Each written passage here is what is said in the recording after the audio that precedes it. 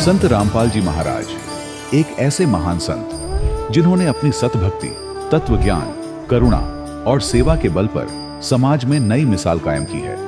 संत रामपाल जी महाराज की अगुवाई में उनके सभी सतलोक आश्रमों से समाज कल्याण के अद्भुत कार्यों ने समाज को सुनहरे भविष्य की एक नई उम्मीद दिखाई है।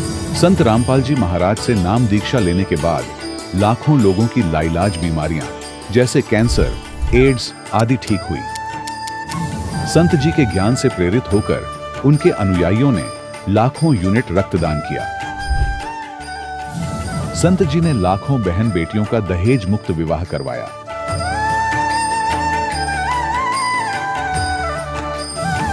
संत जी ने लाखों लोगों का नशा छुड़वाया, करोड़ों उजड़े परिवार बसे। संत जी के आश्रमों में समागम के दौरान निःशुल्क नेत्र चिकित्सा, दंत चिकित्सा प्रदान की जाती है। संत रामपाल जी महाराज द्वारा समय समय पर पर्यावरण संरक्षण के उद्देश्य से बड़े स्तर पर वृक्षारोपण किया जाता है।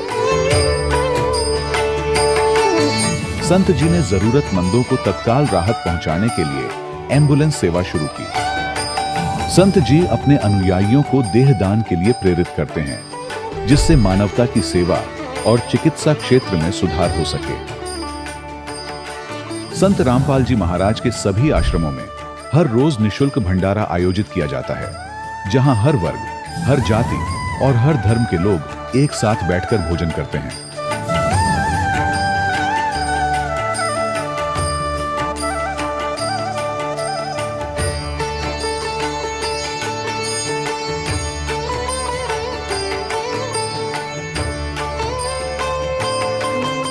संत रामपाल जी महाराज की अन्नपूर्णा मुहिम ने गरीब और बेसहारा लोगों के जीवन में एक नई ऊर्जा और उम्मीद को जन्म दिया है। घर घर खाद्य सामग्री और जरूरी मदद पहुंचाकर संत रामपाल जी महाराज ने लोगों को दुख और मजबूरी से लड़ने की ताकत प्रदान की है।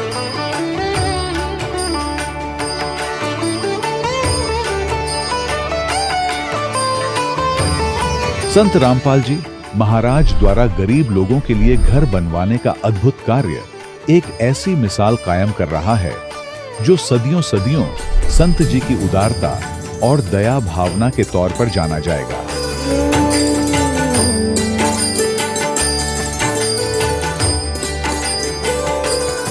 संत रामपाल जी महाराज के आश्रम में हजारों बुजुर्गों को सम्मान और प्यार के साथ जीवन जीने का अवसर मिलता है।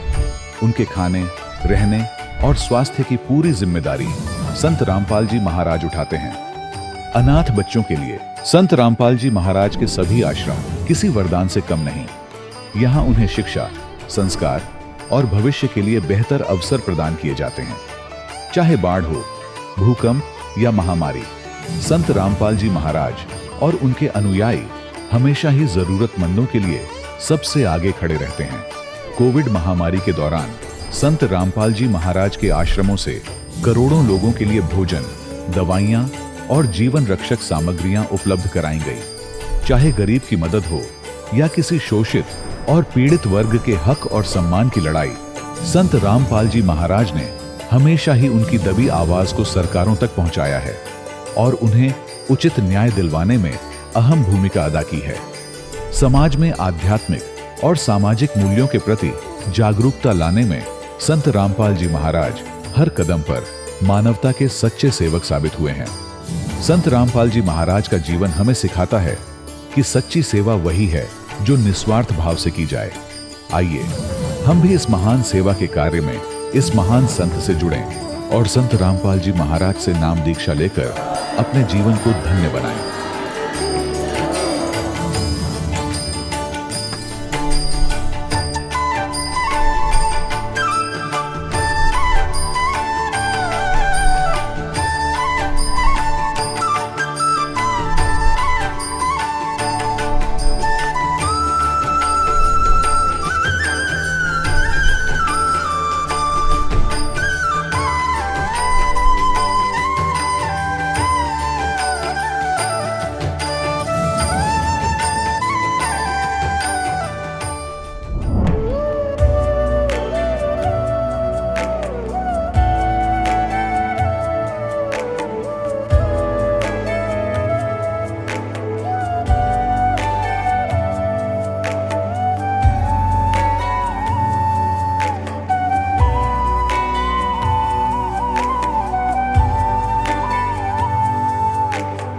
गीता 18 के श्लोक नंबर 62 में भगवान स्वयं कह रहे हैं कि अर्जुन उस परमेश्वर की शरण में जा जिसकी कृपा से परम शांति व शाश्वत स्थान अर्थात सतलोक को प्राप्त होगा।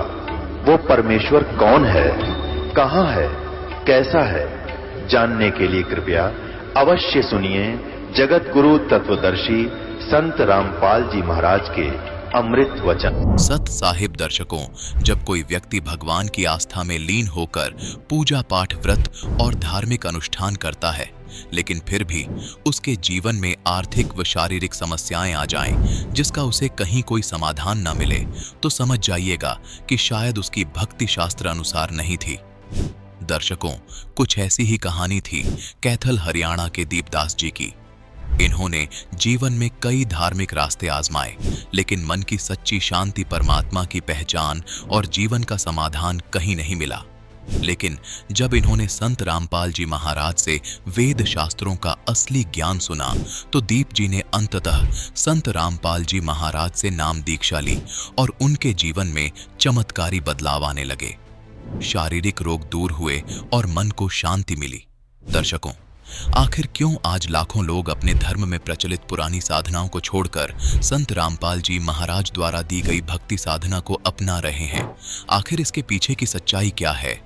आइए सुनते हैं दीपदास जी की कहानी इन्हीं की जुबानी। जी नमस्कार। सर नमस्ते। जी क्या नाम है आपका? सर मेरा नाम दीप है, मैं गांव जड़ोला, जिला कैथल, हरियाणा से हूँ। हम ये जानना चाहेंगे कि संत रामपाल जी महाराज से नाम दीक्षा लेने से पहले आप क्या भक्ति साधनाएं करते थे? सर अगर आप बात करते हो संत रामपाल जी महाराज की शरण में आने से पहले मैं क्या साधना करता था, तो ये बहुत ही लंबा चौड़ा विषय है। सबसे पहले मैं बता दूं कि आपको, मैं 2004 में क्रिश्चियन बन गया था। मैं 8 साल तक चर्चों में गया, काफ़ी मेडिटेशन करी और बाइबल के ऊपर भी काफ़ी रिसर्च किया। वहाँ पे जब भी जाते थे तो बहुत कुछ महसूस भी हुआ वहाँ पे, जो वाइब्रेशन बोलते हैं जिसको, वो वाइब्रेशन भी महसूस किया। उसके बाद क्या हुआ, मैं एक बुद्धिस्ट के संपर्क में आया। उन्होंने मुझे बताया कि बुद्धिज्म क्या होता है, आत्मा क्या होता है, परमात्मा क्या होता है, आत्मा और परमात्मा का कोई रिलेशन है या नहीं है, आत्मा और परमात्मा है या नहीं है। तो ये सब बातें जानने का मैं इच्छुक हुआ। मैंने विपस्सना साधना कोर्स भी किया है एक। उसमें क्या होता है, वे मेडिटेशन करवाते हैं। मैंने 10 साल तक मौन रह के वो मेडिटेशन भी किया। और ये तो बात एकदम पक्की है कि जो बुद्धिज्म में चला गया वो नास्तिकता की तरफ चला गया, तो मैं नास्तिक भी हो गया वहाँ पे। 1-1.5 साल में नास्तिक भी रहा, और जो भी मेरे सामने परमात्मा और आत्मा की बात करता, उनको मेरा एकदम सटीक जवाब होता। पता नहीं कहाँ से वो तर्क वितर्क करने की शक्ति अंदर से उमड़ के आ जाती।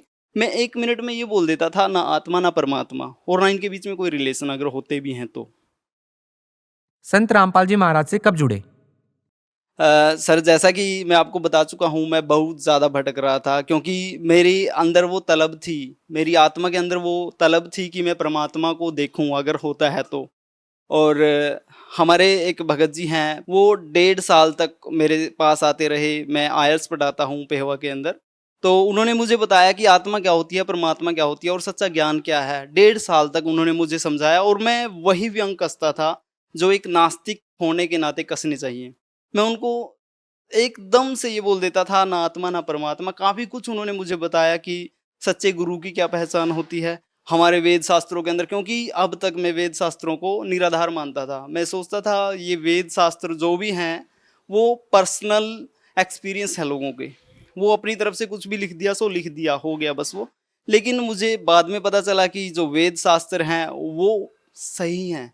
सर आपने संत रामपाल जी महाराज से नाम दीक्षा कब ली? सर 5 जुलाई 2015 की बात है, जब मेरी आत्मा ने एकदम मुझे गवाही दी कि आज नाम ले लेना चाहिए, तो मैंने अपने ससुर जी के पास फोन किया कि मुझे नामदान दिला दो। संत रामपाल जी महाराज जी को पहचानना उनके लिए मुश्किल हो गया है, क्योंकि उनके बारे में बहुत सारी भ्रमित करने वाली बातें चल रही हैं। आप उन लोगों को क्या कहना चाहेंगे जो इस प्रकार की भ्रमित करने वाली बातों में फंसे हुए हैं? वे कैसे संत रामपाल जी महाराज जी को समझें, कैसे वे आगे बढ़ें? उन लोगों के लिए बाधाएं बनी हुई हैं, उन लोगों को आप क्या कहना चाहेंगे? मैं यही कहना चाहूँगा कि दूसरे गुरुओं का 3 महीने ज्ञान सुनिए।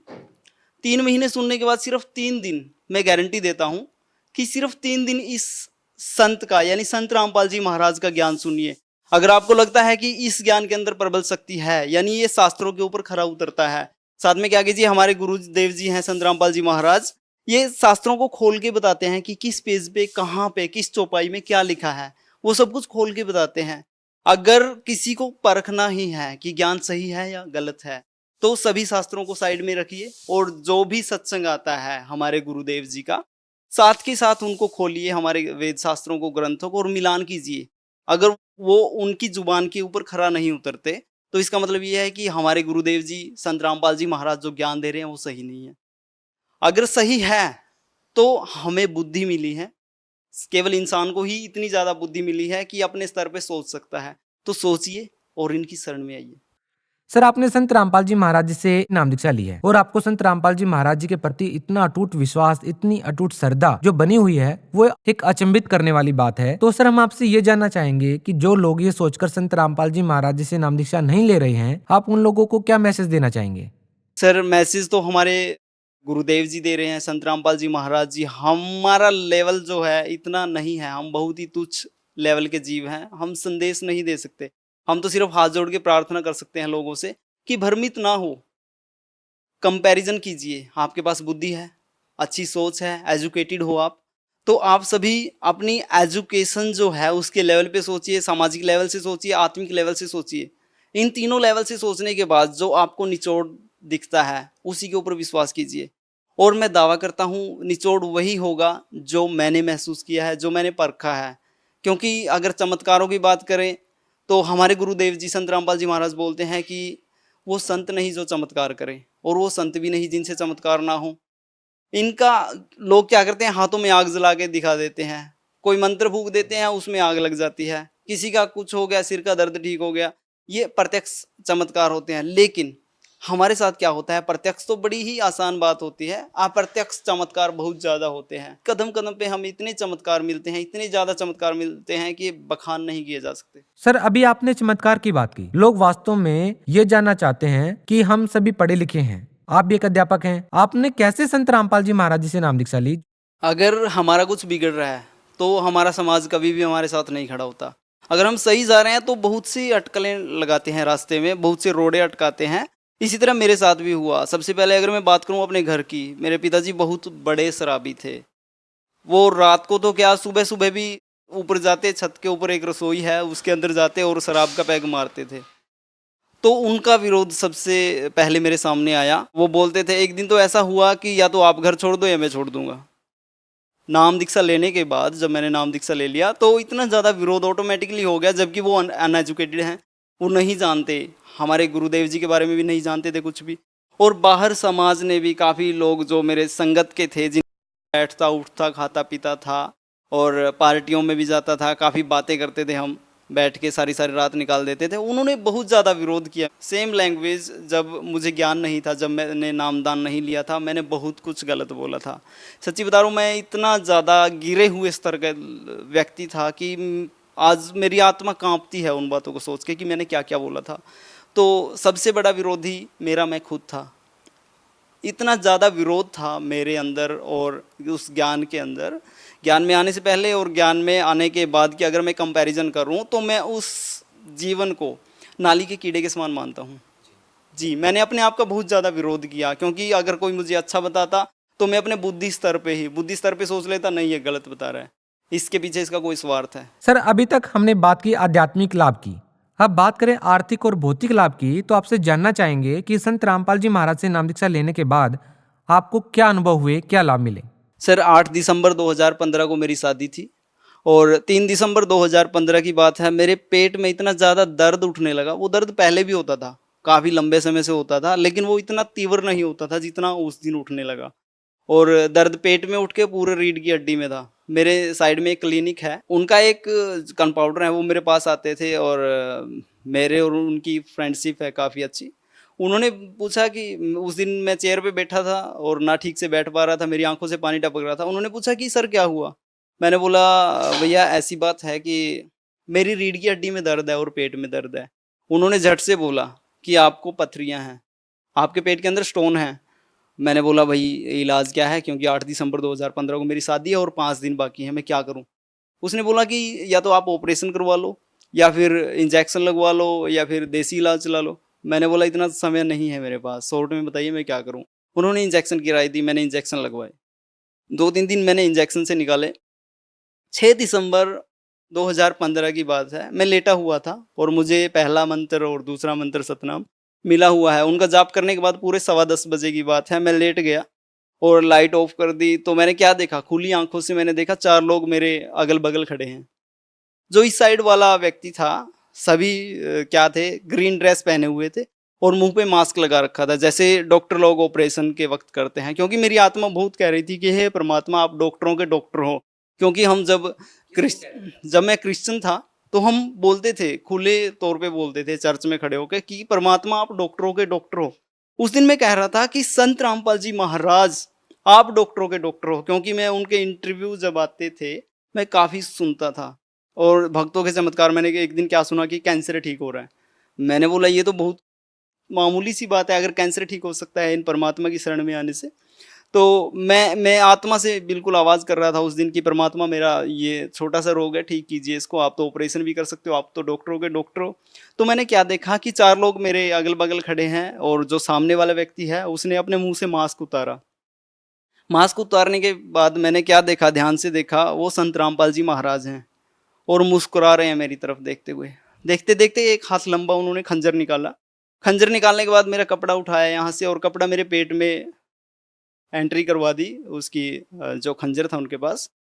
और मुझे काफ़ी दर्द हुआ, मुझे ऐसा आभास हुआ कि मैं कट गया। कटने के बाद मैं बेहोश हो गया। काफ़ी देर बाद, पता नहीं कितनी देर बाद, मैंने टाइम नहीं देखा, कितनी देर बाद मुझे होश आया। जब होश आया मैंने क्या देखा कि हमारे गुरुदेव जी सफ़ेद कपड़े में इतने पत्थर हाथ में लेके और मुस्कुराते हुए निकल गए। वो दिन है सर, वो दिन है और आज का दिन, मुझे उस दर्द नाम की चीज़ भी नहीं है मेरे अंदर। और दूसरे चमत्कार की अगर बात करूं तो 20 जनवरी 2016 की बात है। मैंने अपने कॉलेज जाना था, नीलोखेड़ी पास में ही है, 40 किलोमीटर के आसपास है। तो कॉलेज जाना था मेरे, एकदम मैं जाप कर रहा था सुबह उठ के 6 बजे, क्योंकि मेरी आदत थी पहले, अब तो मैं चलते उठते बैठते हर टाइम करता हूँ। मेरी आदत थी कि बैठ के जाप करना। बैठ के जाप करने से क्या हुआ, मेरे एकदम आवाज़ आई, मुझे बहुत तेज़ आवाज़ आई कि दीप आज बाइक मत लेके जाना, दीप आज मोटरसाइकिल मत लेके जाना। तो मैंने अपनी भक्तमती को बताया कि ऐसे ऐसी आवाज़ें आ रही हैं। तो उन्होंने बोला कि ठीक है बाइक मत लेके जाना। मैंने पास का जो एक कस्बा है, डांड बोलते हैं जिसको, डांड अपनी बाइक खड़ाई और बस में चला गया। उस दिन परमात्मा की ऐसी रजा हुई मेरे ऊपर कि मेरे सांस से जो जाप है, सतनाम मंत्र बोलते हैं जिसको, वो बिल्कुल भी जुदा नहीं हो रहा था, एकदम चल रहा था। जैसे सांस चल रही है वैसी मंत्र भी चल रहा था। तो मैं अपने कॉलेज गया, कॉलेज से अपने डॉक्यूमेंट्स लिए और जैसे ही सड़क क्रॉस करने लगा तो एक बाइक आई, उसके ऊपर एक सरदार जी बैठे थे, उनकी मिसेज थी और एक बच्चा था। इतनी ज़ोर से मेरे यहाँ टकराई, मेरे टांग के ऊपर टकराई कि मोटरसाइकिल का हेड टूट गया एकदम। हेड टूटने से बहुत तेज़ आवाज़ आई और हम चारों सड़क पे गिर पड़े। वो तो शुक्र है परमात्मा का उस टाइम पीछे से कुछ नहीं आया, नहीं तो पता नहीं क्या होना था। तो क्या हुआ, मैंने खुद उठ के बाइक उठाई और आसपास के जो लोग हैं वो बोल रहे थे कि टांग टूट गई, लड़के तेरा गर्म खून है, टांग टूट गई। मैंने बड़ी ज़ोर से टांग को झटका वहीं पे और देखा सिर्फ मेरे कपड़े धसे हुए थे। मैंने कपड़ों को साफ करा और चल पड़ा मैं। दूसरा चमत्कार ये है, एक अभी 7-8 दिन पहले की बात है, मैं इंदौर के अंदर जॉब करता हूँ अब। तो मैं सड़क के किनारे चल रहा था, पीछे से एक गाड़ी बगैर हॉर्न बजाए पीछे से आई और मेरे यहाँ टकरा गई। मैं अपने कदम से एक कदम भी आगे नहीं बढ़ा, वहीं पे घूम गया। घूमने के बाद क्या हुआ, गाड़ी की तरफ ही मेरा मुंह हो गया। तो मैंने उनको बोला हॉर्न नहीं है क्या। उस टक्कर से मैं झाड़ियों में जाके गिरना था या नुकसान होना था मेरा, बहुत ज़्यादा चोट लगनी थी। मैं वहीं खड़ा होकर घूम रहा हूँ। ये चमत्कार नहीं तो क्या है सर। और भी लोग ऐसे हैं जो संत रामपाल जी महाराज जी से जुड़ना चाहते हैं। जिस तरह से आपको आध्यात्मिक, भौतिक, आर्थिक लाभ हुए हैं, ऐसे ही लाभ वो लोग भी प्राप्त करना चाहते हैं। तो क्या जरिया है, क्या ऑप्शन है उनके पास कि वो संत रामपाल जी महाराज जी से जुड़ सकते हैं? सर सबसे पहले तो मैं बात करूंगा, जो मीडिया है, सत्संग आते हैं हमारे गुरुदेव जी के, और उन सत्संगों के दौरान एक पीले कलर की पट्टी चलती है नीचे, जिसके अंदर भक्तों के कॉन्टैक्ट होते हैं। उन भक्तों के कॉन्टैक्ट होते हैं जो पूर्ण जानकारी बता देंगे कि कहाँ से आपने नामदान लेना है। क्योंकि परमात्मा ने इतने ही दया बख्श रखी है कि हर जिले के अंदर नामदान सेंटर खुलवा दिए हैं। और नामदान भी ये नहीं दूसरे गुरुओं की तरह कि कोई भी नामदान दे दे, हमारे गुरुजी के ही मुंह से नामदान मिलता है। और वही सारे लाभ होते हैं जो मेरे साथ हुए, जो सभी भक्तों के साथ होते हैं, वही सारे लाभ आज भी हो रहे हैं। और दूसरी बात करता हूँ कि प्रचार जो भक्त लोग कर रहे हैं, हमारे भक्त, ज्ञान गंगा, गीता तेरा ज्ञान अमृत और भी बहुत सारी पुस्तकें हैं, बहुत से किताबें हैं, इंग्लिश, हिंदी और सभी लैंग्वेजेस में हैं, तो वो पढ़िए, भक्तों से ग्रहण कीजिए और अपना कल्याण करवाइए। बहुत बहुत धन्यवाद सर। दर्शकों, अभी आपने सुने संत रामपाल जी महाराज से दीक्षा प्राप्त करके सुखी हुए भक्त के अनुभव। अब देखिए जगत गुरु तत्वदर्शी संत रामपाल जी महाराज के मंगल प्रवचन। कि धन है ऐसी नगरी जहां पर ऐसे महापुरुष का आगमन हुआ। संत रूप में शंकर भगवान बता रहे। 7 बार चर्चा करी और बोले बालक बहने, शिव को कर मस्तक धर्या हाल्या वो मोमन एक धेनु। अनब्यावर को दूहत है दूध दिया तत्काले। कंवारी को दूध निकाला अपने आप, दूध दिया तत्काल। अनब्यावर को दूहत है दूध दिया तत्काले। पीवे बालक ब्रह्म गति ही तासिव भय दयाल। अब यहां से हम इतना ही लेंगे। ये सिद्ध हो गया कि कबीर परमात्मा ने जब वो बालक रूप में प्रगटे थे, शिशु रूप में कंवारी गायों का दूध पिया था। अब हमारे पवित्र वेद क्या बताते हैं? वेद क्या है? वेद कोई किसी जंतर मंत्र जंत्री की किताब नहीं है। ये कोई तिथिवार बताने वाली नहीं है। इसमें परमात्मा के गुण, परमात्मा कैसी लीला करता है, वो कहाँ रहता है, और उसके पूरी जानकारी है। और जिस महापुरुष की लीला हमारी वेदों से मेल खाती है तो ही इज गॉड, वही परमात्मा है। अब आपको दिखाते हैं। ये देखिएगा, ऋग्वेद मंडल 9 और 10 मंडल हैं। ये महर्षि दानव सरस्वती लिखा है इसमें। ये कहां से छपा है ये देखिएगा। सार्वदेशिक आर्य प्रतिनिधि सभा, महर्षि दानव भवन, रामलीला मैदान, नई दिल्ली से। ये इनके फोन और फैक्स नंबर है और ये यहां से छपा है। Prince offset printers, 1510 Pataudi house, त्रियागन, नई दिल्ली से। अब इसके ऋग्वेद मंडल नंबर 9 का और सूक्त नंबर 1 का मंत्र नंबर 9 आपके रूबरू करते हैं।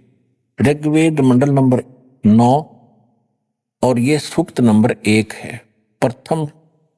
प्रथम से सुक्त से प्रथम सूक्त है। अब इसके हम 9 नंबर पे चलते हैं। ये 9वां श्लोक लेते, ये देखिएगा।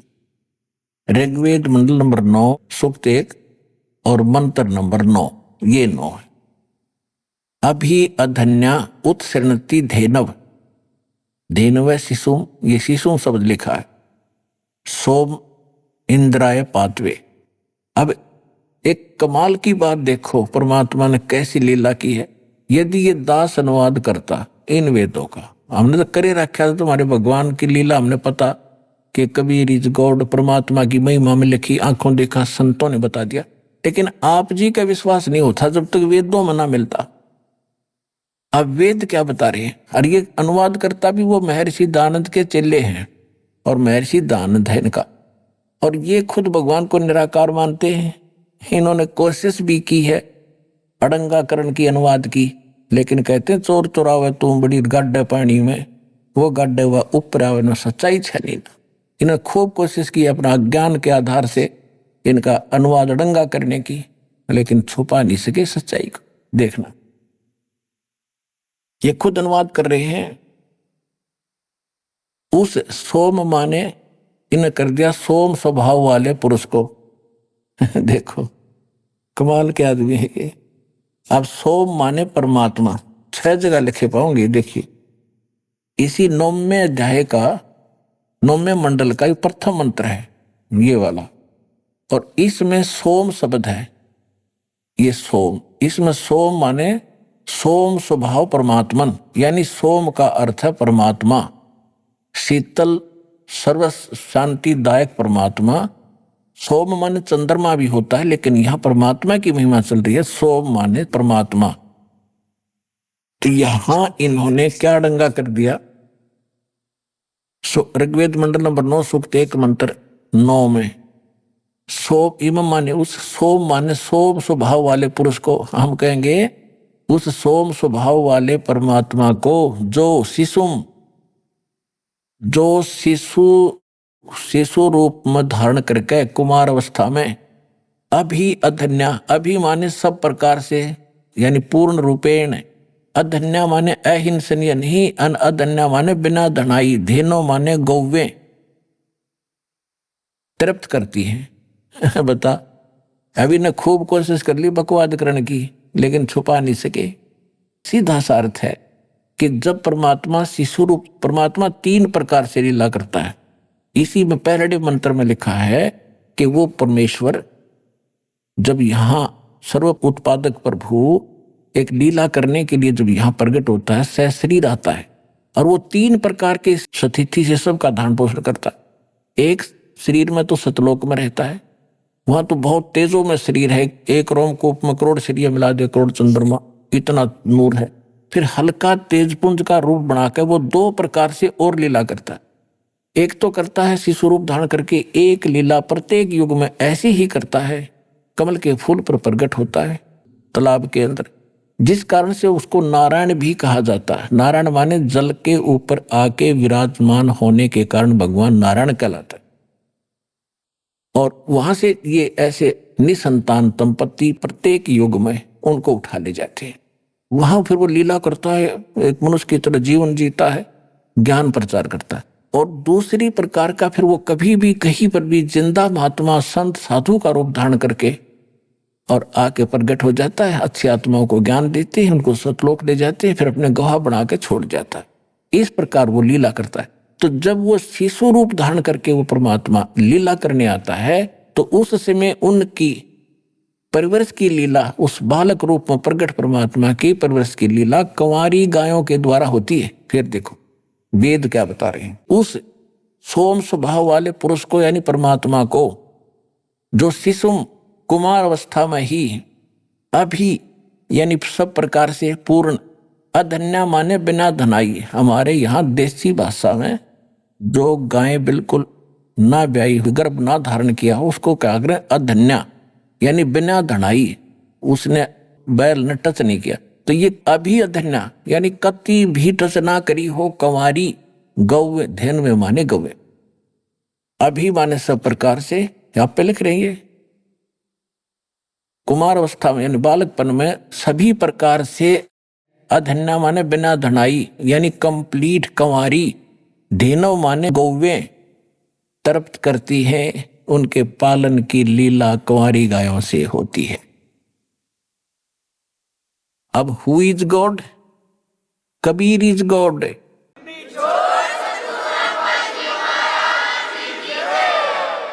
अपने आत्माओं परमात्मा जब 5 वर्ष के हुए और रामानंद जी के साथ उनकी गोष्ठी हुई, परमेश्वर कबीर साहब ने गुरु धारण किया, इसलिए गुरु बनाया रामानंद जी को कि वो बहुत बड़े पहुंचे हुए ब्राह्मण माने जाते थे, विद्वान, वेदों, गीता और पुराणों के मर्मज्ञ ज्ञाता माने जाते थे। और उनको कख का पता नहीं था वेद और गीता के बारे में, संस्कृत जरूर गोट रखी थी, लेकिन नेक चलन के आदमी थे, निष्काम भाव से यानी वो ज्ञान प्रचार कर और करवा रहे थे। तो परमात्मा ने मर्यादा बनाए रखने के लिए कि गुरु बिन माला फेरते, उनका वचन है, गुरु बिन माला फेरते गुरु बिन देते दान, गुरु बिन दोनों निष्फल हैं चाहे पूछो वेद पुराण। अब परमात्मा यदि उस समय गुरु धारण नहीं करते स्वामी रामानंद जी को, तो अब जैसे ये शिवदयाल जी हैं राधा स्वामी वाले, राधा स्वामी पंथ के प्रवर्तक, जहां से ये पंथ चला है राधा स्वामी, फिर उससे निकला सच्चा सौदा सरसार, ये सारे उनका जो मुखिया था उसका कोई गुरु नहीं था। तो आज आम व्यक्ति ये कह देता कि कबीर साहब ने कौन सा गुरु बनाया था, क्या जरूरत है गुरु की। और शिवदयाल जी के बारे में आपको दिखाई दिया कि वो तो भूत बने, प्रेत बने, तो खाक मुक्ति हुई उसकी। जब एक हेड ऑफ द डिपार्टमेंट यानी पंथ का प्रवर्तक है, भूत बन गया, तो आगे अन्य क्या बनेंगे उस साधना से? इसमें बार बार कहने की आवश्यकता नहीं, बुद्धिमान को संकेत काफी है। अब परमात्मा ने इसलिए गुरु धारण किया कि आने वाले समय में लोग इस बात को कहीं काल के दूतों का दाव ना लग जा कि कबीर साहब ने कौन सा गुरु बनाया था। और दूसरा ये था कि रामानंद जी एक ब्राह्मण जाति में थे और इतना अभिमान हो गया था उनको अपने ज्ञान का कि वो किसी की बात सुनने को तैयार नहीं थे। और मालिक को पता था कि जिस जीव का नाश होगा, और ये पिछले जन्मों में मेरी सेवा कर रखी है इसने, सतयुग के अंदर ये विद्याधर ब्राह्मण था और त्रेता के अंदर ये वेद विज ब्राह्मण था, इसने मेरी सेवा कर रखी है, इसको निकालना अनिवार्य है। जिस कारण से परमात्मा ने एक लीला की। जब वो 5 वर्ष के हो गए, एक 2.5 वर्ष के बालक का रूप धारण किया और स्वामी रामानंद जी प्रतिदिन स्नान करने के लिए जाया करते थे गंगा घाट पे, पंच गंगा घाट, जहां पर ये ब्राह्मण लोग विशेषकर स्नान कराया करते थे। तो वहां ऋषि रामानंद जी 104 वर्ष के वृद्ध सुबह सुबह प्रतिदिन मुंह अंधेरा जाया करते थे ब्रह्म मुहूर्त में। गर्मियों का मौसम था। परमात्मा ने 2.5 वर्ष के बालक का रूप धारण किया और पौड़ियों पर लेट गए। अब रामानंद जी अंधेरे में जा रहे थे, गले में उनके कंठी थी, क्योंकि वैष्णव परंपरा के अंदर एक तुलसी के मनिये की एक कंठी होती है, उसको कंठी बोलते हैं। एक ही मनिया होता है पूरे धागे में, उसको कंठी माला बोलते हैं। और वो वैष्णव परंपरा से दीक्षित की एक पहचान होती है। तो रामानंद जी नीचे उतर रहे थे अंधेरे में, कबीर परमात्मा के सिर में खड़ाऊ लगी तो बालक, लीला की बालक वाली, रोने लग गए। रामानंद जी ने सोचा कोई बालक का चोट लगी। साधु संत दयालु होते, एकदम झुकते ही उनकी गले की जो कंठी थी अंधेरे में निकल के परमात्मा के गले में गल गई, कबीर साहब के। और सिर पे हाथ रख के कहा, बेटा रो मत, राम राम बोल बेटा, राम राम बोल। परमात्मा चुप हो गए और स्वामी जी अपना स्नान करने लग गए और कहा, बेटा तू बैठ जा, किसी का बालक भूल के, रास्ता भूल के आ गया, तुझे सुबह तुम्हारे घर भिजवा दूंगा, यहां बैठ जा। वो स्नान करने लगे, परमात्मा अंतर ध्यान हुए, अपनी कुटिया में आ गए। स्वामी जी को देखा बच्चा कहाँ गया, उसने सोचा चला गया होगा, अब कहाँ खोजूं उसको। बात आई गई हुई। कुछ दिनों के बाद स्वामी रामानंद जी का एक शिष्य विवेकानंद कोई सत्संग कर रहा था, श्री विष्णु जी की कथा सुना रहा था, सैकड़ों श्रोता बैठे थे, परमात्मा भी जा बैठे वहां पर। उस दिन परमात्मा ने, जैसे वैष्णव परंपरा से दीक्षित व्यक्ति होते हैं, ऐसे एक लंबा सा तो तिलक लगाते, नाक पर कड़ पूरा, और एक कंठी माला पहन लेते हैं। तो वहां जाकर बैठ गए। सुना रहा था प्रवचन के ब्रह्मा विष्णु महेश अजरो अमर है, ब्रह्मा जी की तो आयु है, विष्णु और शंकर अजरो अमर है, ऐसे ऐसे। तो परमात्मा ने खड़ा होकर कहा कि स्वामी जी, मेरा एक शंका है, समाधान कीजिए। विवेकानंद जी ने कहा कि बोलो बच्चा, बोलो क्या शंका है। आप कहते हो कि ब्रह्मा विष्णु महेश अजरो अमर हैं, क्या इनके माता पिता भी हैं? कौन ब्रह्मा का पिता है, कौन विष्णु की माँ, शंकर का दादा कौन है, पंडित जी दे बता। अब यहाँ के सारे फेल हैं, कि अजरो अमर है, अविनाशी है, इनके कोई माता पिता नहीं है, तरह से लीला करते हैं। तब परमात्मा ने कहा कि मैंने एक दिन शिव पुराण सुना था, एक ब्राह्मण पढ़ा था, और उसकी रुद्र संहिता में लिखा हुआ है कि काल रूपी ब्रह्म से और शिवा के संयोग से विष्णु जी की उत्पत्ति हुई, ऐसे ब्रह्मा जी की भी उत्पत्ति हुई। आप कहते हो स्वामी जी की कोई माता पिता नहीं है। अब उसके तो पैरों के नीचे की जमीन निकल गई, सामने बेइज्जती हो रही, क्यों बड़ा विद्वान पाक गया था। तो उसने कहा कि तूने कैसे पढ़ा?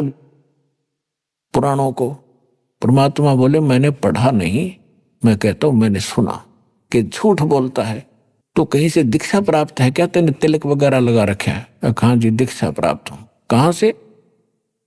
विवेकानंद ने पूछा कहां से दीक्षा प्राप्त है? कि जहां से आप हो वहीं से मैं हूं। मैं हूं, आप कौन हैं, किस जाति से हैं? परमात्मा तो बोले नहीं, उससे पहले श्रोता ही कहने लगे कि नीरू का लड़का है, दानक का, जुल्हाई का। तो विवेकानंद को मौका मिल गया, कहने लगा देखो रे लोगों कितना झूठा है, कितना कपटी व्यक्ति है, बच्चा है ये झूठ बोल रहा है, कह रहा है कि मैंने स्वामी रामानंद जी से दीक्षा ले रखी है, मेरे गुरु से। वो तो इन शूद्रों को निकट भी नहीं बैठने देता, इनकी शकल भी नहीं देखता, पर्दे के पीछे से बातें करता है। यानी उस विषय को चेंज कर दिया जो भगवान ने सच्ची बताई थी। और कहने लगा देखना अब गुरुजी को जाके बताता हूं, इसने हमारी बेइज्जती कर दी सभा के अंदर, और कह रहा है कि एक धानक के पुत्र को और हमारे गुरुदेव ने दीक्षा दे रखी है, तो उन्हें बेइज्जती कर दी, इंसल्ट कर दी। अब वो उठकर चले गए, परमात्मा आगे अपनी कुटिया में माता पिता के घर पे। मुंह बोले माता पिता जो थे। उधर से उस विवेकानंद ने स्वामी रामानंद जी से जाकर कहा साथ में 20, 30, 50 और चेले ले गए वहां के श्रोता, और सभी ने एक सुर में कहा कि महाराज हमारी तो नाक काट दी, हम तो बाहर निकलने जोगे नहीं छोड़े। एक धानक का पुत्र, जुल्हाई का पुत्र कहता कि मैंने गुरु बना लिया आपको। परमात्मा सारी काशी में आग की तरह फैल गई यह बात, और सभी लोग धिक्कार रहे हैं, अगर ऐसा है तो बहुत बुरा है। तो रामानंद जी ने कहा कि वो झूठ बोलता है, मैंने कि उसको दीक्षा नहीं दी, उसको लाओ सुबह पकड़कर सबको बुला ले, सबके सामने कह दूंगा। विवेकानंद ने तो सबको बुला लिया, हजारों आदमी इकट्ठे कर लिए कि भाई झूठ बोल रहा था, देखियो गुरुजी धमकावेंगे। अब सुबह सुबह विवेकानंद वक्त से पहुंच गया जुलाहों की कॉलोनी में, लेकर 10 मस्टंडिया ने लाठी हाथ में ले रहे। अब पता लगा, कॉलोनी वालों ने देखा कि ये बदनीयत से आए हैं ये लोग, और घर पूछ रहे थे नीरू का। किसी ने शॉर्टकट जाकर बता दिया नीमा को कि क्या कर दिया तेरे बच्चे ने, क्या गलती होगी तुमसे, ऐसे ऐसे कुछ ब्राह्मण लोग आपका घर पूछ रहे हैं, उनकी नीयत ठीक नहीं है, कुछ झगड़ा करने का उद्देश्य से आ रहे। नीमा समझ गई कि जरूर इस कबीर ने कुछ ना कुछ गड़बड़ करी है, यू करता ही रहता था। परमात्मा जहां जाकर छेड़ देते थे, क्योंकि वो आए इस उद्देश्य से थे, रोज उलाने आया करते। नीमा दुखी हो रही थी, तो उस दिन भी उसने कबीर जी को उठाया और कहा बेटा तूने किसको क्या कह दिया? परमात्मा बोले माता मैं क्या कहूं था, मैं कहता हूं सत्य, ये मुझे मारने दौड़ते हैं। तो मां ने कहा कि तू क्यों बोला करे बेटा, तू नहीं जानता है कसाई है और तुझे मार देंगे, मैं भी मर जाऊंगी बेटा, फिर हम कैसे जिएंगे? परमात्मा कहा करते माता ये सब मेरे ही बच्चे हैं, ये मेरी बात को सुनते नहीं। तो माँ धमकाया करती कि तू दादा पाक गया, छोटा सा बालक ने कहा मेरे बच्चे हैं, चुप रहा करे, मत तू शरारत ना कराया करे। तो उस दिन जब जाकर माई ने पता लगा तो तुरंत उस झोपड़ी में गई जिसमें परमात्मा बालक रूप में सोए थे, उसको उठा के और खड़ा करके झोपड़ी के पीछे लिटा दिया, उसके ऊपर कपड़े डाल दिए, पुराने फटे पुराने घास डाल दिया। बेटा बोलना मत, कोई निकम्मा आदमी आ रहा है तुझे पीटने के लिए। उनको शक था शायद इसी कारण से आ रहे होंगे। उन्होंने आते ही पूछा कि कहाँ तेरा बेटा, कहाँ है, कहाँ वो कबीर? उसको स्वामी जी ने बुलाया, हम पकड़ कर ले जाएंगे। तो वो कहने लगे जी क्या बात होगी, मेरे बेटे ने ऐसी क्या गलती कर दी, कुछ कारण तो बताओ। कहने लगे वहां पता चलेगा कारण का। अंदर घुस गए, माई ने बताया नहीं, अंदर घुस गए कुटिया में, उथल पुथल कर दी, डंडे के साथ चारपाइयों को उछल दिया, कपड़े कुपड़े उछलने लग गए। कहाँ है, जोर जोर से चिल्ला रहे थे। परमात्मा पीछे छुपा रखे थे, उन्होंने सोचा ये बुढ़िया ने घना दुखी करेंगे माँ बाप को। बाहर निकल के उन कपड़ों से बाहर और खड़ा होके कहने लगा कि ए विवेकानंद, झोपड़ी के पीछे बैठा हूं, आजा। वो एकदम भाग कर गए, देखा तो वो पकड़ दिया। अब माता ने सोचा मैं बचाऊं, अपने बच्चे का बचाव करूं। बच्चे की बांह पकड़ दी, लिपट गई, उसको डंडों से पीट पीट कर मूर्छित कर दिया। नीरू को पता चला तो भागा, वो आया आगे से चलकर, उसने भी पकड़ने की चेष्टा की, उसको भी मार पीट कर कंडम करके वो ले गए। अब रामानंद जी के सामने जाके खड़ा कर दिया। रामानंद जी ने पर्दा लगा रखा था, अपनी झोपड़ी में आग गए, सामने कबीर साहब खड़े कर दिए 5 वर्ष के बाद। विवेकानंद जी ने कहा कि देखो स्वामी जी, ये नीरू का लड़का कबीर आ गया है। अंदर से ही झोपड़ी के अंदर से पर्दा लगा रखा है, परमात्मा बाहर खड़े और वहां प्रसन्न उत्तर करते हैं। अब गरीबदास जी ने कितना अच्छा चित्रार्थ किया है वो सुनाते। आडा पर्दा लाए कर रामानंद भोजनते, दास गरीब कुलंग छवि वो अद्र डाक को दंते। पर्दा लगा के आगे और अंदर से पूछ रहा है और गुस्से में हो रहा है और कहता है, कौन जात कुल पंथ है, कौन तुम्हारा नाम है। दास गरीब आधीन गति, फिर बोलत है बलि जाऊं मैं। रामानंद जी गुस्से में पूछ रहा है कि तेरी कौन जात है, तेरा कौन माँ बाप है, तेरा नाम क्या है। तो परमात्मा बाहर से बालक रूप में क्या बोल रहे हैं, जात हमारी जगत गुरु और परमेश्वर है पंथ, दास गरीब लिखत पढ़ मेरा नाम निरंजन कंथ। परमात्मा ने कहा कि मेरी जात पूछते हो स्वामी जी, तो मैं जगत गुरु हूं, सबको ज्ञान देने के लिए आया हूं। और मैं किस पंथ से संबंधित हूं, मैं परमेश्वर पंथ है मेरा। एक ईश, एक ईश्वर, एक परमेश्वर। गीता अध्याय नंबर 15 के श्लोक नंबर 16 और 17 में 3 पुरुष हैं, 3 ईश हैं, 3 पुरुष हैं। ईश कहो, सरपुरुष इसको ईश समझो, 21 ब्रह्मांड का स्वामी ये ब्रह्म है। और अक्षर पुरुष ये 7 संग ब्रह्मांड का स्वामी है, इसको ईश्वर समझो, उस ईश से श्रेष्ठ। और तीसरा परम अक्षर ब्रह्म है, वो परमेश्वर है, इन ईश से भी श्रेष्ठ, ईश्वर से भी श्रेष्ठ परमेश्वर। तो कहते हैं मेरा जो मार्ग है उस परमेश्वर वाला है। जात हमारी जगत गुरु और परमेश्वर है पंथ, दास गरीब लिखत पढ़ मेरा नाम निरंजन कंथ।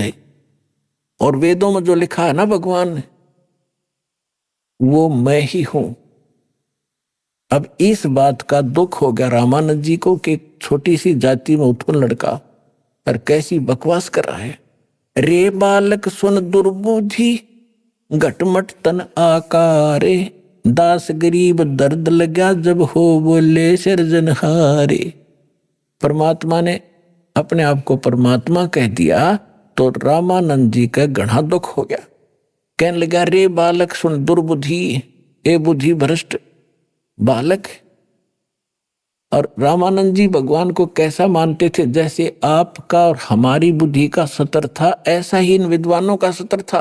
विष्णु जी के पुजारी हैं, मूर्ति ले रखी है और भगवान को निराकार माना करते थे। तो यहां इसी दृष्टिकोण से स्वामी रामानंद जी कह रहे हैं, रे बालक सुन दुर्बुद्धि, घटमट तन आकार, तो दिखाई देता तेरा शरीर है, और दास गरीब दर्द लगा जब हो बोले सिरजनहार, कि तेरा शरीर है और तो अपने आप को भगवान कहता है। तुम मोमन के पालवा, तेरा जुल्हे के घर बासे, दास गरीब अज्ञान गति एता दृढ़ विश्वास। रामानंद जी क्या कह रहे हैं कि तुम मोमन, मोमिन माने मुसलमान के घर तो टुकड़ों पर पलने वाला, और एक धानक के घर तेरा जन्म, और अपने आप को तू भगवान बताता है। मान बढ़ाई छोड़े कर बोलो बालक बहने, दास गरीब अदम मुखी एता तुम गठ फैने। तरक तलु से बोलते रामानंद सुरज्ञाने, दास गरीब कुजात है ये आखिर नीच निदान। रामानंद जी कितनी ओछी गालियों पर उतराया कि ये कुजात है। कुजात माने इसकी जात का नहीं पता, ये पढ़ा मिला था कहीं पर और ये बोल ऐसी ऊंची ऊंची बात कह रहा है।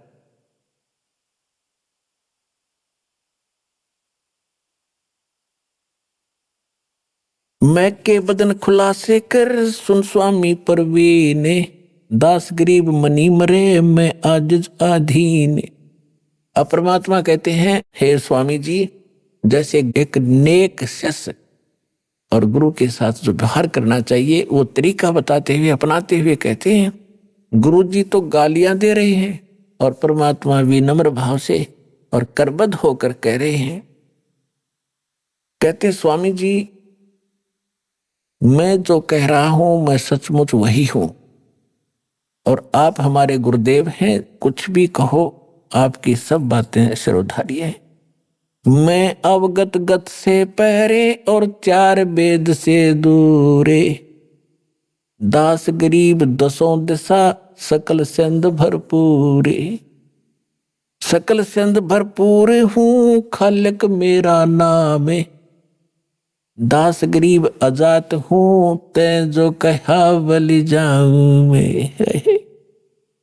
कि मैं कोई जाति नहीं मेरे, ना मैं जाति मानता हूं, फिर भी आप मुझे कुजात कहते हो, धानक दुल्हा कह रहे हो, तो मैं बलिहारी हूं आपके। सकल सिंध भरपूर हूं खालिक हमरा नाम है। खालिक, खलक माने सृष्टि, खालिक माने इसका स्वामी, इसके रचने वाला, मैं वही हूं। और दास गरीब अजात हूं तै जो कहा बलि जाऊं मैं। जात पात मेरे नहीं मेरी बस्ती है बिन थाम, दास गरीब अनिन गति तन मेरा बिन चाम।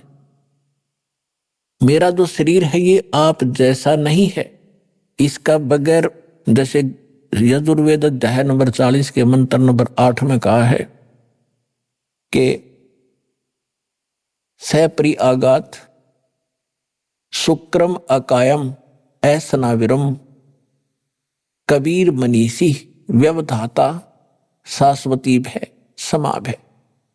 उसका अर्थ ये बनता है कि कबीर परमात्मा सर्वज्ञ हैं, उनका शरीर शुक्र से नहीं बना, माता पिता के मटेरियल से नहीं बना। शुक्रम अकायम, उसका जो शरीर है उस शुक्र से रहित है, और ऐसनाविरम, उसके नाड़ी तंत्र नहीं है, वो कबीर परमात्मा है। तो यहां खुद मालिक भी कह रहे हैं कि मेरा शरीर आप जैसा नहीं है। ए स्वामी सृष्टा में और सृष्टि हमारे तीरे, दास गरीब अधर बसु में अवगत सत कबीर। अभी आपने सुने संत रामपाल जी महाराज के मंगल प्रवचन। आइए अब सुनते हैं संत रामपाल जी महाराज से नाम दीक्षा लेकर सतभक्ति करके अद्भुत लाभ प्राप्त करने वाले अनुयायी के विचार। दर्शकों, इस पृथ्वी लोक में मृत्यु अटल सत्य है जिससे कोई भी अछूता नहीं है। लेकिन यदि आप पूर्ण संत की शरण में होते हैं तो वह पूर्ण संत आपकी आयु भी बढ़ा सकते हैं। आज हम आपको ऐसे ही शख्स से मिलवाने जा रहे हैं जिन्हें सुनकर आप दंग रह जाएंगे। ये हैं मोहन जी, जो बड़वानी मध्य प्रदेश के रहने वाले हैं। मोहन जी का कहना है कि मैं काल के मुंह में जाने ही वाला था, अर्थात मृत्यु को प्राप्त होने वाला था, परंतु संत रामपाल जी महाराज की कृपा से मुझे जीवन दान मिला है। क्या ऐसा सच में हो सकता है? आइए जानते हैं मोहन जी की कहानी उन्हीं की जुबानी। नमस्कार सर। सत साहेब। सर क्या नाम है आपका? मोहनदास। मोहनदास जी, आप कहाँ के रहने वाले हैं? ग्राम ऊंचावत, तहसील अंजड़, जिला बड़वानी, मध्य प्रदेश के रहने वाले। मोहनदास जी, संत रामपाल जी महाराज से नाम दीक्षा आपने कब ली? 19/11/2016 को लिया। सर, संत रामपाल जी महाराज से नाम दीक्षा लेने से पहले आप क्या भक्ति साधनाएं करते थे? मैं भोलेनाथ के पूजा करता था मंदिर में, शिवालय में। हमारे घर से पास में 100 फीट की दूरी पे मंदिर बना था, पूजा करता था। पूजा करते करते ज़्यादा से ज़्यादा बीमार रहता था, तो इसलिए मैंने बंद कर दिया, वहाँ पूजा करना ही बंद कर दिया था। सर, फिर आप संत रामपाल जी महाराज की शरण में कैसे आए? गुरु जी की शरण में इससे आए कि हमारा एक भांजा रहता था बड़वानी में, वो गुरुजी से नाम लिया हुआ था, तो वो जब भी आता था हमारे बोलता था कि यार ऐसा मत करो, आप गुरुजी से सत्संग सुनो और उसके बाद गुरुजी की शरण में आओ तो आपको फायदा होगा। हमने बहुत दिन तक उसके सुनी और पुस्तक उसने हमारे को दी थी, एक पुस्तक भी पढ़ी हमने। एक ही पेज पढ़ा था और मेरे को अच्छा लगा वो, तो मैंने उसको बोला कि कल चलेंगे, अपने को संत रामपाल जी के यहाँ गुरुजी से नाम लेना है मुझे। मैं वहाँ से राजगढ़ गया था उसके भगत जी के साथ में, और वहाँ संत रामपाल जी महाराज का सेंटर खुला है, नामदान सेंटर। वहाँ से मैंने संत रामपाल जी महाराज से नाम दीक्षा लिया। सर, संत रामपाल जी महाराज से नाम दीक्षा लेने के बाद क्या आपको कोई लाभ भी प्राप्त हुए? हाँ, लाभ तो बहुत से हुए। पहला लाभ, संत रामपाल जी महाराज के शरण में रहने से मेरी लड़की की शादी बिना दहेज के ही बहुत अच्छे से हुई, और गुरु जी की कृपा थी, संत रामपाल जी महाराज की, जो अच्छे से शादी हुई और बिना दहेज के हुई, और कुछ भी मेरे को खर्चा नहीं आया उसमें। और एक लाभ ये हुआ कि मेरे को अभी बड़वानी हॉस्पिटल में भर्ती किया गया था। हल्का सा पेट में दर्द हुआ था इस साइड पे, तो मेरे को इधर एक डॉक्टर साहब ने बताया आपको अपेंडिज है, दूसरे ने बताया पथरी है, 7 mm का पथरी दिखाया था। बोले आपका ऑपरेशन भी हो सकता है। तो मेरे को 5 रोज में 50 बॉटल चढ़ चुके थे, 50 बॉटल लगे थे मेरे को हाथों में। उसके बाद में 5वें रोज मेरे को वापस बोले इसको इंदौर रेफर कर दो। इंदौर रेफर कर दिया। हमारे बच्चे ने कहा कि यहाँ पे नहीं ले जाना, इसको बड़ौदा ले जाएंगे। बड़ौदा ले गए। तो मैंने कहा कि पहले मेरे को गुरुजी के सेंटर पे ले चलो, संत रामपाल जी महाराज का नामदान सेंटर बड़वानी जिले में खुला है। तो मेरे को वहाँ पे ले गए, और वहाँ पे ले जाने के बाद जब मैंने प्रणाम किया और उसके बाद मेरे को बड़ौदा रेफर किया, तो 2 बजे मेरे को करीबन धीरज हॉस्पिटल में भर्ती कर दिया था। वहाँ पे करने के बाद मेरी सब जांचें नॉर्मल होती चली गई। डॉक्टर साहब बोले इनकी इसमें पथरी दिखाते हैं, इसमें अपेंडिज दिखा रहे हैं, तो बोले इसका सुबह से फिर और होगा ट्रीटमेंट, तो अभी तो इसको रेफर करो। तो मेरे को आईसीयू में 5-6 रोज तक रखा और 40-50 बॉटल वहाँ पे लगे। उसके बाद में फिर मेरे को तीसरे रोज बोला कि आपका फिर से एक्सरे और सीटी स्कैन होगी। सीटी स्कैन हुआ, उसके बाद में वो सब पूरे नॉर्मल आए तो उस रोज फिर और वापस रिटर्न मेरे को आईसीयू में कर दिया गया। आईसीयू में रखा 1 रोज और, तो संत रामपाल जी महाराज की ऐसी कृपा हुई कि रात के 2 बजे मेरे पलंग के पास खड़े हो गए आके और बोले कि बेटा तुम्हारा कल हम छुट्टी करवा देंगे, 9 बजे आप फिक्र मत करो। और वास्तव में 9 बजे उसके पहले डॉक्टर आके सब खड़े हो गए मेरे पास में। 4-5-6 डॉक्टर लगे थे, बोले यार इनका कुछ भी नहीं है, इनको अब मेडिसिन में रेफर करो और इनकी छुट्टी कर दो, इनको कुछ भी नहीं है, सब नॉर्मल हो रहा है। तो ये सब परमात्मा संत रामपाल जी महाराज की ही कृपा थी जो नॉर्मल हुआ मेरा, और मेरे को 9 बजे छुट्टी कर दिया वहाँ से। पहले तो मेरी रिपोर्ट में ऑपरेशन करने की स्थिति में मैं था कि पथरी का भी हो सकता है और अपेंडिज का भी हो सकता है, क्या है इसको, ये कह के मेरे को आईसीयू में भर्ती कर दिया।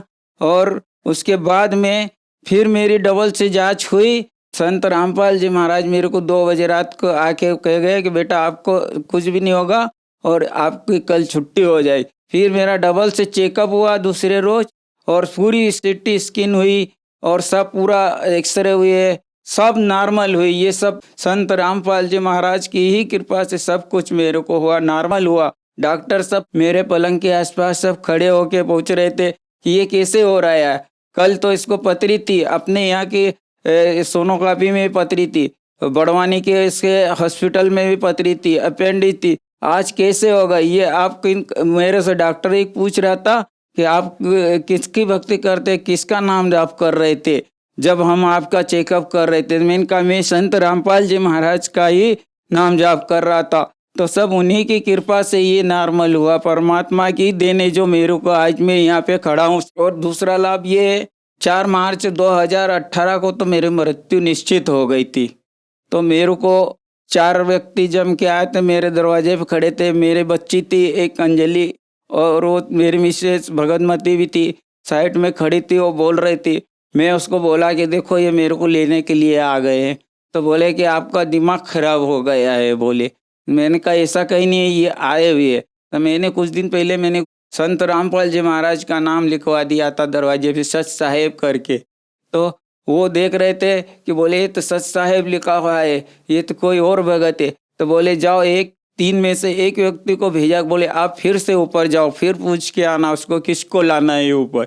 तो इतने में वो 3 व्यक्तियों ने मेरे को उठाया और ऊपर के लोक में ले गए, मृत्यु लोक में ले गए। वहाँ पे खड़ा कर दिया, धर्मराज के पास खड़ा कर दिया और पूछे कि जाओ। एक व्यक्ति अंदर गया, धर्मराज के पास गया और बोले कि ये इस नाम का भगत आया हुआ है, दरवाजे पे खड़ा है, तो आप देखो उसको। तो वो आए मेरे पास। पहले तो उन्होंने मेरे से ये पूछा कि आप किसकी भक्ति करते हो। मैंने कहा परमात्मा कबीर साहब की भक्ति करता हूँ और संत रामपाल जी महाराज का भगत हूँ। तो बोले कि कब से नाम लिया। मैंने कहा ना तारीख तो मुझे याद नहीं रही थी, तो मैंने उसको बताया नहीं। बोले कि आप जब भक्ति करते हो तो आपके गुरु कहाँ है, ऐसे पूछ रहे थे। मैंने कहा मेरे गुरुजी तो ये खड़े हैं, साइड में पीछे खड़े हैं। तो गुरुजी उधर धोती कुर्ता पहने हुए साइड में खड़े हुए थे और देख रहे थे और उनकी आंखों से आंसू बह रहे थे जब मेरे को पूछ रहे थे। तो बोले आपको कहाँ जाना है। तो मैंने कहा मन को मानसरोवर देखना है, मेरे को बहुत ख्वाहिश थी मानसरोवर देखने की। तो मैंने कहा मानसरोवर देखना है ऊपर के लोग। तो कहे आप ऐसे ही नहीं जा सकते हो। पहले तो यमदूत बोल रहे थे, उसके बाद में गुरुजी आए। जब संत रामपाल जी महाराज ने जिन्हें बताया कि आपकी भक्ति बेटा अभी अधूरी है, फिर से आप भक्ति करो, आपको मैं जीवन दान दे रहा हूँ। आज आपकी मृत्यु निश्चित थी 9 बजे। मैं संत रामपाल जी महाराज की शरण में नहीं होता तो मेरी मृत्यु निश्चित हो जाती। आज ये भगत खड़ा है, दास तो सिर्फ संत रामपाल जी महाराज की कृपा से ही खड़ा है यहाँ पे। पहले हमारे पे बहुत सा कर्ज रहता था और टाइम पे पैसे भी नहीं पास में रहते थे हमारे पास में। जब हम गुरुजी की शरण में आए उस दिन से तो हमारे पास न तो किसी प्रकार की तकलीफ आई, न पैसे का जिक्र होता है। हमेशा हमारे जेब में पैसा 1000-2000 रुपया पड़ा ही रहता है। मालूम नहीं कब कैसा कहाँ से पैसा आता, कब देवा जाता है। और ये सब गुरुदेव संत रामपाल जी महाराज की ही कृपा है कि तुरंत मालूम नहीं पड़ता और किसे हो जाता है वो। आज हम संत रामपाल जी महाराज की शरण में रहने से हमारा पूरा परिवार सुखी और संपन्न है और किसी प्रकार की भी कोई भी आपत्ति नहीं आती। मैं बीमार 24 घंटे पहले रहता था, 10-10, 20-20 गोलियां खा जाता था। फिर भी उसके बावजूद मैं आज परमात्मा की दया से 1 नंबर खड़ा हूँ, फर्स्ट क्लास। परमात्मा ही सब कुछ कर सकते हैं, बंदी छोड़ सदगुरु रामपाल जी महाराज। सर, संत रामपाल जी महाराज से नाम दीक्षा लेने के बाद आपको बहुत सारे लाभ प्राप्त हुए, तो जो श्रद्धालु आज आपको देख रहे हैं, आप उन्हें क्या संदेश देना चाहेंगे? उनके लिए मैं संदेश यही देना चाहता हूँ कि परमात्मा आए हुए हैं। संत रामपाल जी महाराज मनुष्य अवतार में परमेश्वर कबीर साहब पूर्ण परमात्मा, और परमात्मा से नाम दीक्षा लेके बंदी छोड़ सदगुरु रामपाल जी महाराज से नाम दीक्षा लेके अपना जीवन का मोक्ष करवाए। सर, संत रामपाल जी महाराज से नाम दीक्षा कैसे ले सकते हैं? नाम दीक्षा ऐसे कई चैनलों पे, टीवी चैनलों पे सत्संग चलते हैं। उनके नीचे पट्टी में गुरुजी के सेंटर उनके नंबर दिए जाते हैं। और कई स्थानों पे आजकल तो कृपा की है परमात्मा संत रामपाल जी महाराज ने कि जगह जगह सेंटर खोल रखे हैं। पास के सेंटर से संत रामपाल जी महाराज से नाम दीक्षा लेके अपना कल्याण करवा सकते हैं। बंदी छोड़ भगवान सदगुरु संत रामपाल जी महाराज आए हुए मनुष्य अवतार में धरती पे, उनसे नाम लो और अपना जीवन का कल्याण करवाओ और मोक्ष करवाओ। धन्यवाद सर। अच्छा है।